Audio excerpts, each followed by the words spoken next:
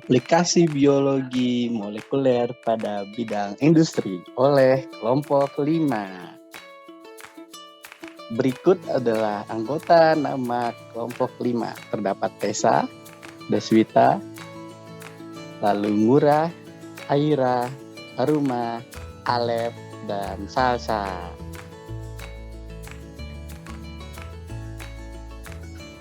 Oke, jadi apa itu biologi molekuler? Biologi molekuler merupakan suatu bidang studi yang mempelajari dasar molekuler dari suatu aktivitas biologikal. Dalam bidang studi ini, mempelajari makromolekul dan mekanisme kerjanya. Contohnya seperti protein transport, protein sintesis, replikasi DNA, dan masih banyak lagi.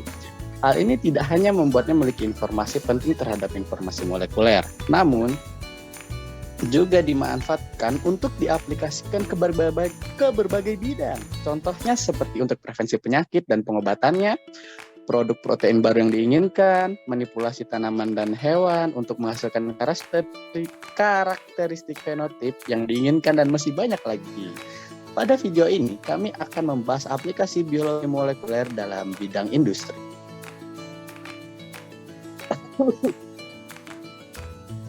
Sintetik biologi. Sebelumnya, aplikasi biologi molekuler di industri itu terbagi menjadi 3 ya. Pertama itu ada sintetik biologi, lalu kedua ada biosensor, lalu yang ketiga ada CRISPR. Oke, yang pertama yaitu sintetik biologi. Jadi, sintetik biologi merupakan suatu aplikasi yang dapat dikenal sebagai teknologi rekombinan DNA atau rDNA, atau disebut juga sebagai rekayasa genetika yang sudah ada sejak tahun 1970.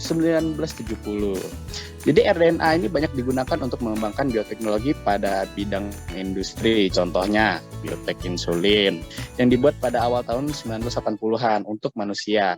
Sejak itu, sintetik biologi memiliki prospek luas untuk dikembangkan beberapa aplikasi pada bioteknologi dan biomanufaktur industri untuk menghasilkan kimiawi, enzim industrial, biofuel dari hasil fermentasi mikrobial, untuk menghasilkan produk obat dan proteksi tanaman terhadap hama.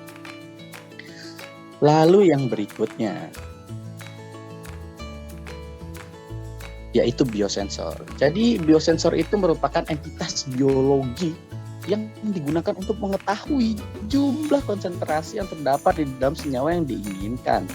Di beberapa tahun ke belakang, biosensor in vivo telah digunakan berdasarkan protein atau asam nukleer, contohnya rekayasa metabolik, sintetik biologi, diagnose, biomedicine, keselamatan bahan pakan dan pengelolaannya, monitor lingkungan dan keamanan.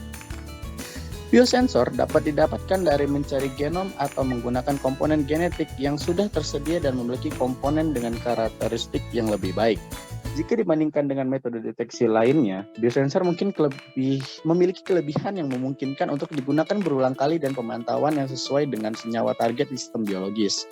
Hal ini sangat menguntungkan bagi desain dan rekayasa dari sistem biologis.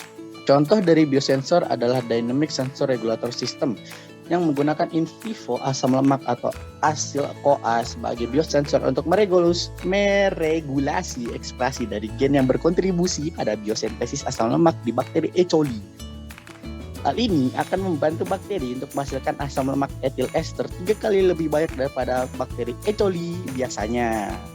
Oke, yang berikutnya yaitu ada CRISPR atau Cas9.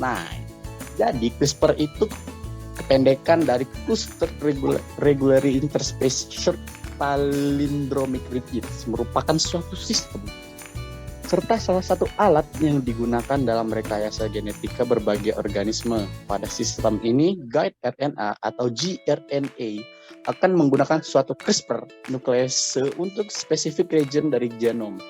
Hal ini akan membuat untai tunggal patah pada bagian spesifik tersebut.